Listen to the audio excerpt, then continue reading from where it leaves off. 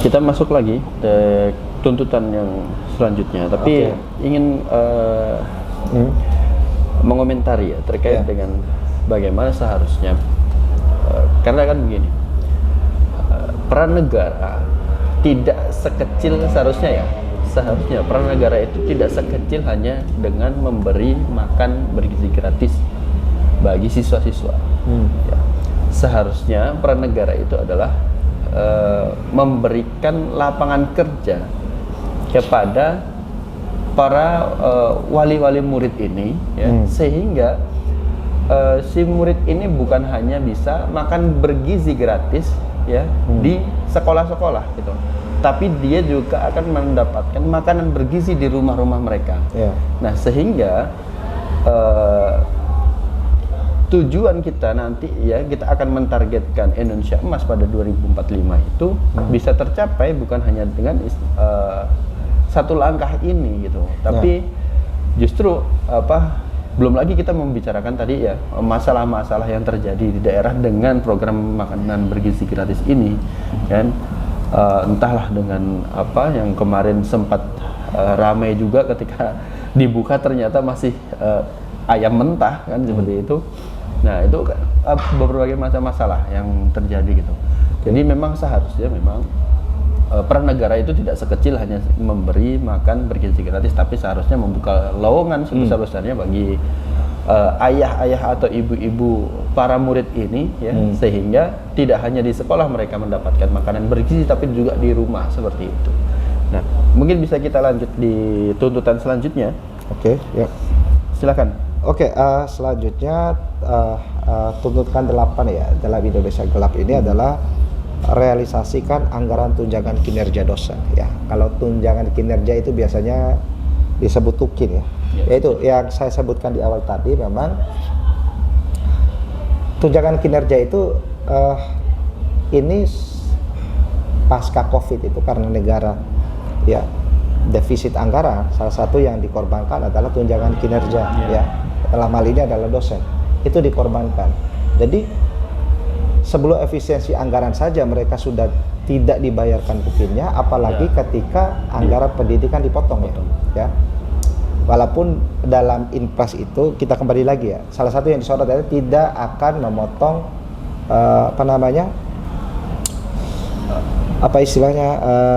biaya belanja pegawai belanja pegawai dalam hal ini gaji pegawai, tunjangan kinerja itu tidak akan dipotong.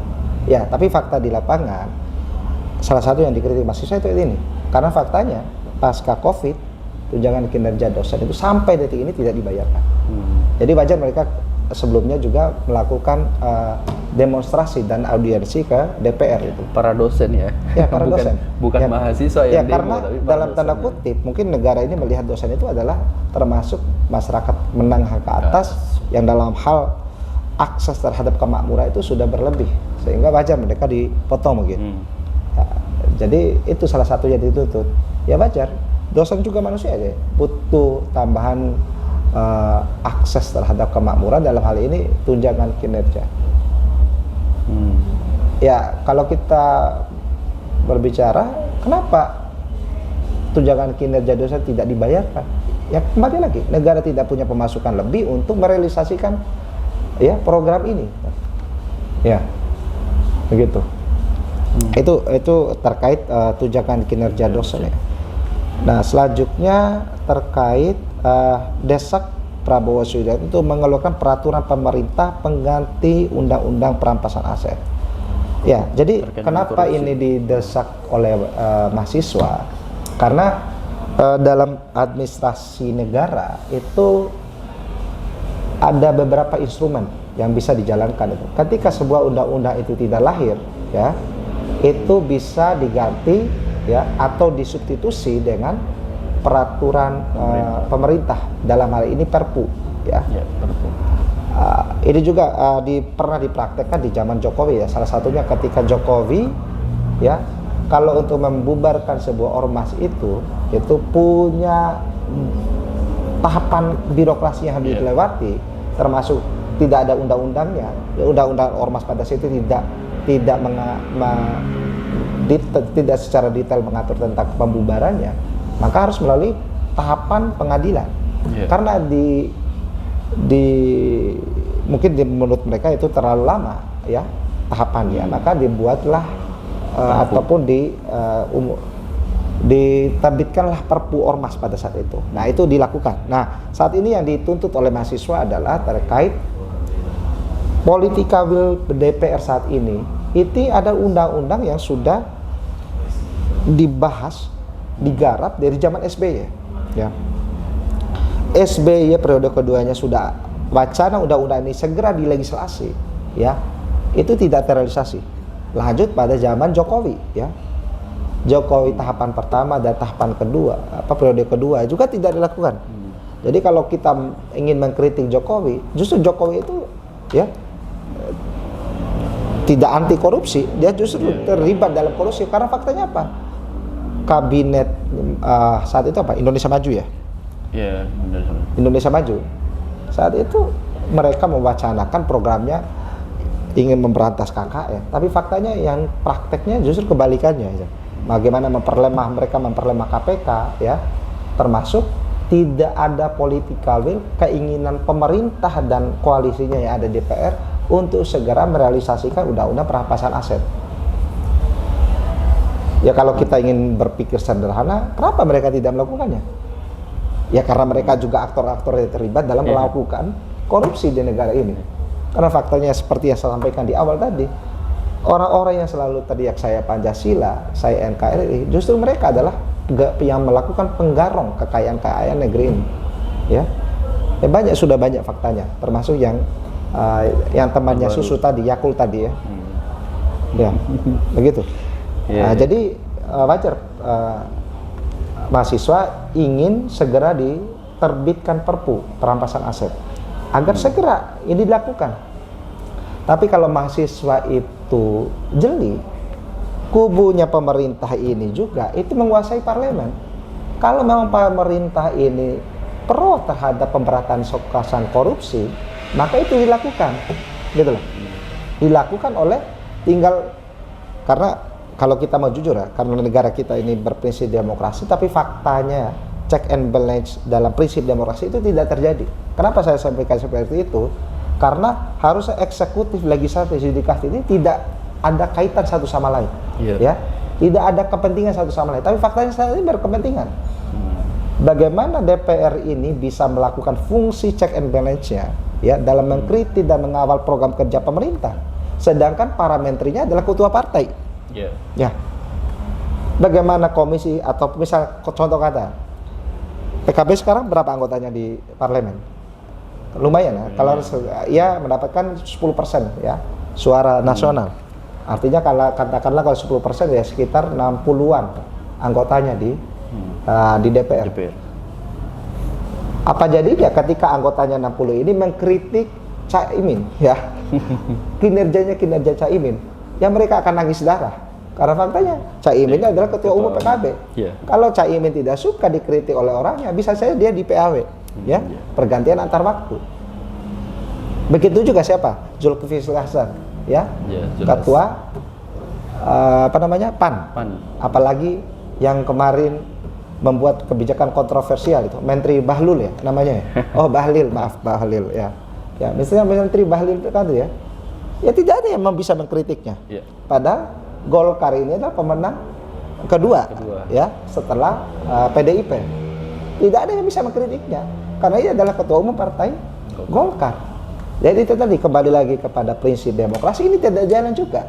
Jadi orang-orang yang meneriakan bahwa kita ini negara demokrasi, faktanya penyimpangan dalam prinsip demokrasi terjadi di lapangan. Begitu. Jadi kembali lagi undang-undang perampasan aset ini sampai kapanpun ketika negara ini diatur oleh kapitalisme, itu tidak akan terrealisasi. Jadi jangan harapkan orang-orang mengharapkan seperti role model yang dilakukan oleh Khalifah Umar bin Khattab. Ya. Bagaimana seorang pejabat itu diangkat, ya, ketika katakanlah hartanya 30 dinar dan ia menjabat selama 5 tahun dengan gaji 1 bulan 1 dinar. Ketika nanti di akhir jabatannya dia akan dilakukan audit, ya. ketika ada kelebihan harta dan ia tidak bisa mempertanggungjawabkan harta kelebihan tersebut, maka itu akan dikembalikan kepada Baitul Mal. Ya, jadi jangan harapkan role model seperti ini diberlakukan dalam negara demokrasi kapitalisme. Ya, jadi tidak akan terjadi itu. Jadi Indonesia gelap, bahkan buram, itu akan terus terjadi itu. Ya. Karena faktanya undang-undang perampasan aset ini adalah undang-undang produk legislasi yang puluhan udah dari zaman SBY, dari zaman kapan? 2008 ya? 2008 kata 2014 kan Jokowi ya. Yeah. Artinya 2008 katakanlah 2010. Artinya sudah 15 tahun. Ya, mandek di situ aja. Ya. Jadi kalau negara ini serius memberantas korupsi, ya kita tidak berbicara ya harus menerapkan hudud seperti hukum Islam, ya. Bagaimana hukum secara fikihnya bagaimana koruptor ini diberlakukan. Itu kita tidak berbicara, belum berbicara ke sana itu. Tapi minimal perampasan aset ini diberlakukan, itu antum atau Anda seperti mencari jarum di dalam tumpukan jerami, tidak akan terrealisasi begitu. Nah jadi kembali lagi ya ini tuntutan yang cukup serius itu, dan ini harusnya menjadi skala prioritas yang dilakukan oleh pemerintah. Oke, selanjutnya tuntutan nomor 10. Tuntutan nomor 10 itu tolak revisi Undang-Undang TNI ya tadi. Ya seperti yang saya sampaikan di awal. Karena sekarang trennya itu adalah sudah ke arah divisi fungsi ABRI ya. Bagaimana orang-orang ABRI atau angkatan bersenjata ini itu mulai menduduki jabatan-jabatan sipil. Mungkin di era-era sebelumnya ya, misalnya di era SBY, Jokowi, itu rata-rata ketika mereka masuki jabatan sipil ketika mereka sudah purnawirawan ya. Artinya sudah purna tugas. Seperti saya lupa nama Menteri Agama zamannya Jokowi di awal itu kan ada yang kontroversial. Nah itu juga seorang purnawirawan militer itu. Tapi tren yang terjadi di zaman Prabowo ini justru para perwira-perwira aktif ya itu sudah menduduki jabatan-jabatan sipil. Nah termasuk yang saya sampaikan tadi, ketua Bulog sekarang itu adalah perwira aktif dari Angkatan Darat. Ya, jadi salah satu cita-cita reformasi untuk memecah ya tidak boleh adanya di fungsi ABRI ini sebenarnya sudah gagal. Nah, kita lihat ke depannya nanti seperti apa. Ya, begitu. Ini kita tidak berbicara semacam seremonial ya. Walaupun sekarang ada treated digodok secara militer di Magelang. Ya, baik itu kabinetnya kemarin, sekarang kepala daerah, ya itu sah-sah saja dilakukan. Tapi trennya terjadi kali seperti itu ya. Perwira-perwira militer aktif menjabat jabatan-jabatan sipil. Nah itu ya, salah satu yang disorot dalam tuntutan Indonesia gelap ini. Oke, selanjutnya adalah efisiensi dan rombak kabinet merah putih ya. Ya karena tadi ya ini juga sudah beberapa kali saya bahas di atas tadi ya. Jadi memang kabinet ini sangat gemuk. Ya, sangat gemuk, kabinet dan tidak efisien, gitu loh. Ya tadi ya, mungkin ya sesuai dengan tagger kampanye di awal ya, gemoy, ya. Dan juga itu tadi, ya tidak jelas dan kita belum mendapatkan hasil yang sesuai fakta. Dan ini juga kontraproduktif dengan efisiensi anggaran tadi. Ya itu ya, mungkin saya tidak perlu komentar banyak ya, karena sudah dibahas di atas tadi. Oke, selanjutnya terkait tuntutan ke-12, tolak revisi peraturan Dewan Perwakilan Rakyat tentang tata tertib yang mana revisi sangat bermasalah dan bisa menimbulkan kesewenang-wenangan dari lembaga DPR. Ya itu tadi ya. Jadi ini yang salah satu dibahas karena kita ketahui bersama DPR sekarang itu sudah punya berbagai instrumen yang menjadikan lembaga ini itu punya imunitas. DPR itu punya imunitas dan juga semua anggota DPR-nya. Ya. Nah, itu ingin ditambah lagi, ya. Apalagi kalau kita kaitkan dengan efisiensi anggaran tadi, DPR ini salah satu lembaga yang tidak diefisienkan anggarannya. Dan kita sebagai masyarakat sipil harus paham, DPR ketika mereka purna tugas itu mendapatkan pensiun dan menjadi beban negara sampai mereka meninggal. Saya punya teman ya, anggota DPRD tingkat kabupaten kota ya.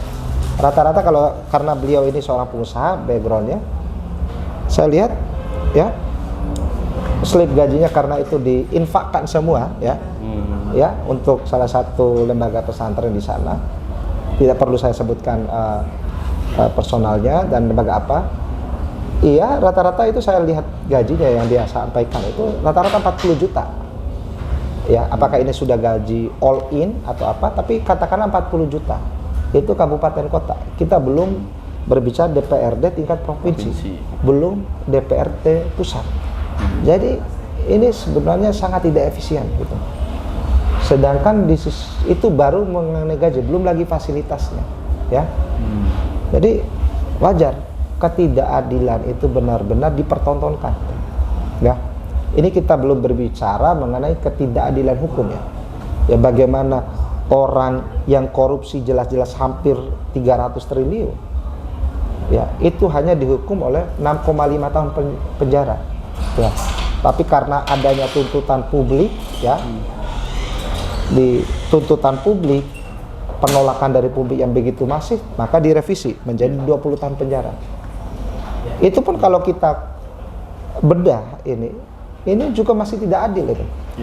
300 triliun. Anggarannya hampir menyampai anggaran Kementerian Pertahanan. Bayangin.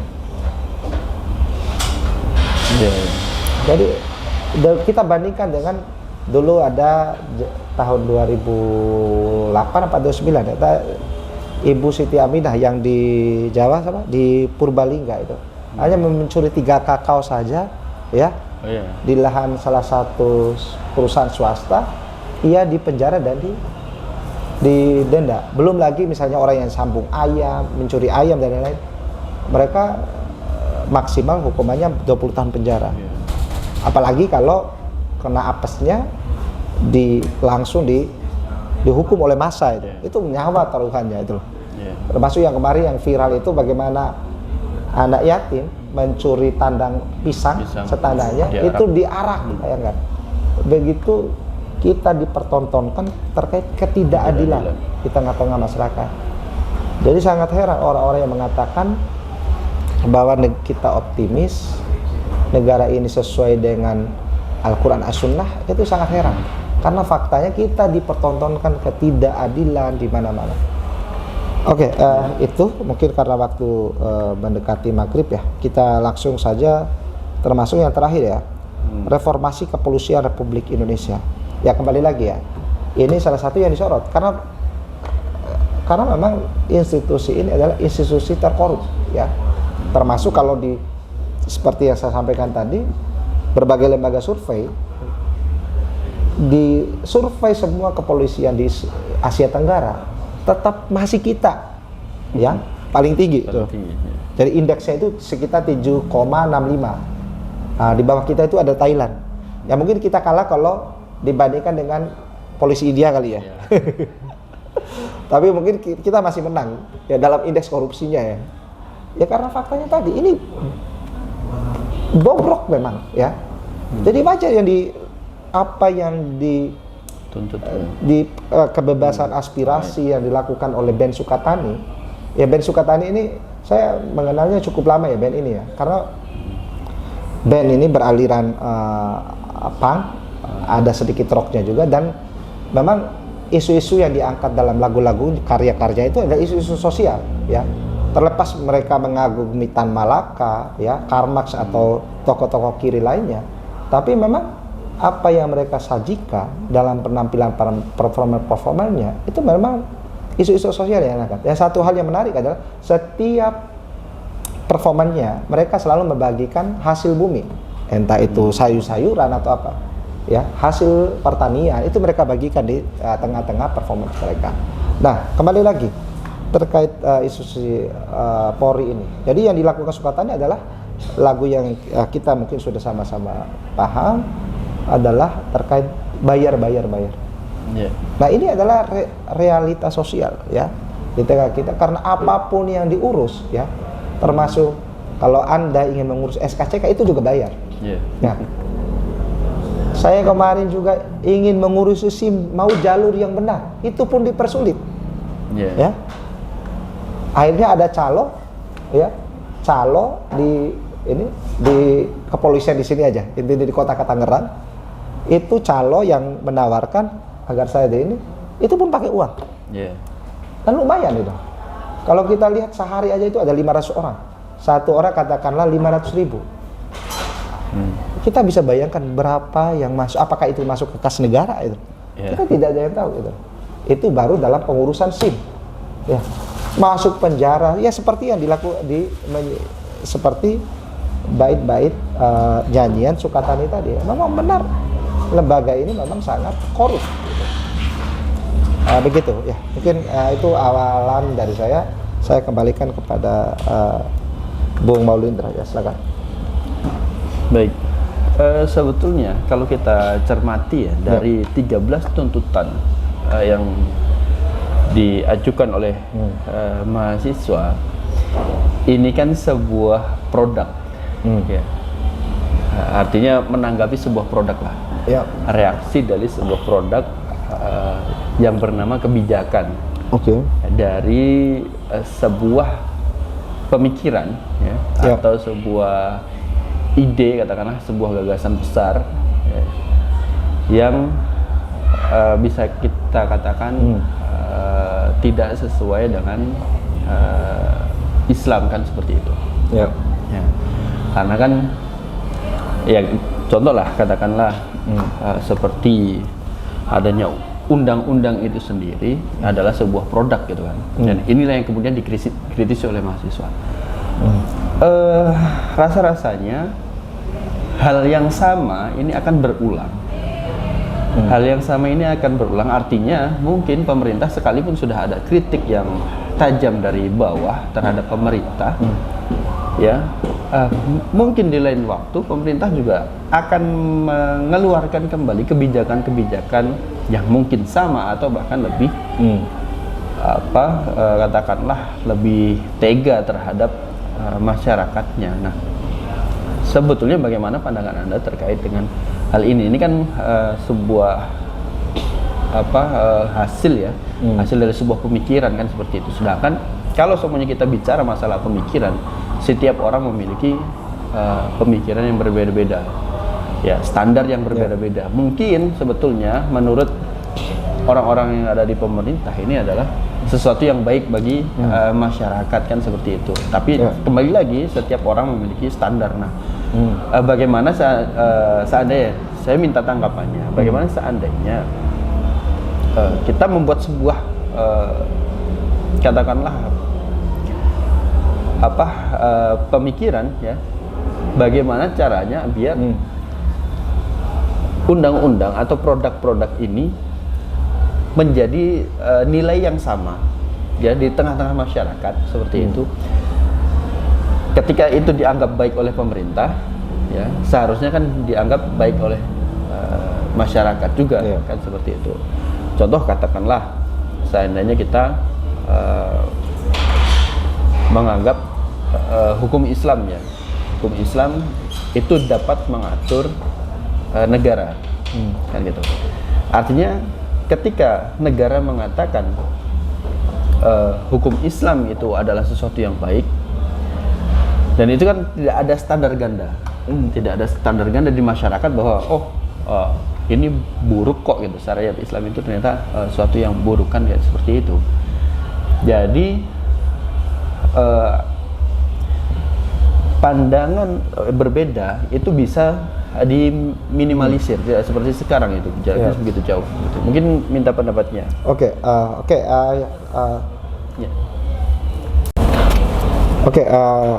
Thank you Bung Maulindra ya atas pertanyaannya. Mungkin yang pertama yang ingin saya sampaikan adalah pertama kita perlu menghormati ya 13 tuntutan ya yang dirilis oleh BEM ini ya, BEM seluruh Indonesia ini. Karena seperti yang saya sampaikan tadi, 13 tuntutan ini adalah hasil kajian mereka melihat fenomena sosial, ya, keterbelakangan yang terjadi di negara tercinta ini. Itu satu, ya, itu satu. Yang kedua, jika diizinkan untuk memberi masukan dan kritik, ya, bahwa ini bukan masalah utama, ya, masalah utama. Karena ini yang dituntut 13 tuntutan ini adalah masalah parsial, ya, masalah parsial, dan ini bukan akar masalah. Kenapa masalah ini terjadi? Ya, itu. Jadi ini mungkin masukan untuk kawan-kawan mahasiswa, termasuk BMSI di sini adalah bagaimana kita mencari akar masalah. Kenapa 13 masalah dalam tuntutan ini itu terjadi? Ya. Berarti ada masalah utama, akar masalahnya yang melatar belakangi 13 masalah ini terjadi. Ya, itu menjadi yang perlu menjadi bahan kajian bagi teman-teman atau kawan-kawan dari Badan Eksekutif Mahasiswa Seluruh Indonesia atau BMSI, ya. Nah, selanjutnya adalah kalau kami diizinkan untuk mengkaji ataupun untuk menganalisa detail, ya, apa sih akar masalah di negeri ini? Kenapa sih 13 isu tadi bisa muncul dan menjadi tuntutan? Itu karena menurut saya itu ada masalah utamanya. Masalah utamanya adalah diterapkannya sebuah hukum, sebuah sistem yang tidak berlandaskan agama atau yang biasa kita kenal dengan sekulerisme, ya. Jadi adanya efisiensi anggaran, adanya perampasan aset, adanya undang-undang minerba dan berbagai tuntutan-tuntutan tadi, ya karena itu tadi, ya, karena diterapkannya sistem sekulerisme yang bernama kapitalisme. Apakah saya hanya menyerang kapitalisme dan mendukung antitesanya, yakni sosialisme? Tidak. Kapitalisme dan sosialisme adalah dua sistem atau ideologi yang sama-sama kita perlu serang, karena kedua ideologi ini pada dasarnya tidak sesuai dengan fitrah manusia, gitu. Nah, atas kalau ditanya bagaimana solusinya, maka solusinya adalah kita harus meninggalkan, ya, sistem yang bobrok ini, sistem sekulerisme kapitalisme ini, menuju sistem yang sesuai dengan fitrah manusia. Dan pertanyaan selanjutnya, apa sistem yang sesuai fitrah manusia? Itu adalah sistem yang berasal dari Sang Khalik. Nah, saya ingin bertanya lagi, bagaimana standar kebaikan, ya? Kalau ditanya menurut sekapitalisme, menurut sistem yang berlaku di Indonesia ini, apa standar baik dan buruk sebuah permasalahan misalnya? Misalnya, contoh kasus, ya, kalau kita kaitkan dengan 13 tuntutan ini tadi, apakah perampasan terhadap hak-hak masyarakat adat itu baik atau buruk? Ya, kalau menurut kacamata kapitalisme itu baik, ya, karena itu untuk bisa di situ terjadi perputaran ekonomi dengan adanya tambang dan seterusnya. Tapi menurut masyarakat adat itu buruk. Kenapa? Mereka menzolimi masyarakat adat, gitu. Jadi kalau kita menyerahkan standar baik dan buruk sesuai dengan aturan manusia, sistem sekuler itu tidak akan ketemu, ya, titik temunya. Maka sekali lagi standar baik buruk menurut kita adalah kembalikan kepada Sang Khalik, ya, Tuhan Yang Maha Esa, Allah Subhanahu wa taala, dalam bentuk aturan-aturan yang diterapkannya. Ya, ini apa? Al-Qur'an dan As-Sunnah. Atau dengan kata lain, kita kembalikan kepada hukum syara, yakni syariat Islam. Nah, inilah yang menjadi akar masalahnya. Akar masalah negeri ini tidak diterapkannya syariat Islam. Karena diterapkannya syariat Islam, semua masalah-masalah tadi dan masalah-masalah sosial lainnya itu sampai kapanpun tidak akan, ya, tidak akan terselesaikan, akan ada solusinya. Karena contoh sederhananya, kalau kita ingin negara ini terbebas dari korupsi, bukan hanya perampasan aset yang ditawarkan oleh syariat Islam, ya, Tapi apa? Menutup sumber masalahnya korupsi itu, ya. Makanya apa yang dilakukan adalah bagaimana menerapkan sistem hukum, ya, yang adil, sistem hukum yang memberi efek jerah. Itu yang langsung diterapkan. Jadi ketika hukum Islam diterapkan, jangankan mengenai korupsi yang 300 triliun, orang yang mencuri dan dia sudah memenuhi syarat dan ketentuan menurut syariat Islam, maka dipotong tangannya, maka orang lain di sekitarnya dan itu disaksikan eksekusi tersebut di hadapan publik, maka itu akan memberikan efek jerah, ya, bagi siapa? Bagi masyarakat. Sehingga ketika masyarakat yang mempunyai niat jahat untuk melakukan pencurian, maka ia akan berpikir 1000 kali. Begitu. Ini baru perkara pencurian. Belum kita berbicara bagaimana orang yang membegal, ya, begal-begal motor, ya, pencurian, perampokan, bahkan level yang paling tinggi, ya, koruptor, korupsi. Maka tiada lain kalau ingin negara ini terbebas dari korupsi, ingin hukum yang adil, maka kembalikan Indonesia ini harus diatur sesuai fitrah manusia, yakni diterapkannya syariat Islam, dan itu adalah solusi tuntas untuk negara dan bangsa ini. Begitu, Bung Maulindra. Ya. Baik, terima kasih. Jadi dengan syariat Islam yang oke lah kita anggap sesuai dengan fitrah manusia, artinya bisa menghilangkan standar ganda, ya, yang atau standar baik buruknya, ya, tidak lagi berdasar pada akal manusia atau perspektif masing-masing, kan seperti itu. Ya. Nah, ini luar biasa ya. Jadi ternyata 13 tuntutan yang kemarin digalakkan oleh mahasiswa seluruh Indonesia itu ternyata bukan masalah utama, bukan masalah pokok, bukan mengarah pada akar permasalahan, tapi justru itu adalah masalah-masalah cabang yang kemudian lahir dari sebuah akar atau ide dasar, ya, yang dianut oleh negara ini sebetulnya. Baik, terima kasih Bung Ridwan atas waktunya dan juga penjelasannya yang luar biasa yang membuka wawasan kita terkait tema besar, ya, bertajuk Indonesia Gelap, ya. Dan kita berharap nanti di waktu lain kita bisa mengobrol lebih banyak lagi terkait dengan isu-isu yang mungkin, ya, ada di depan kita seperti itu. Baik, terima kasih teman-teman semua yang hadir. Berikut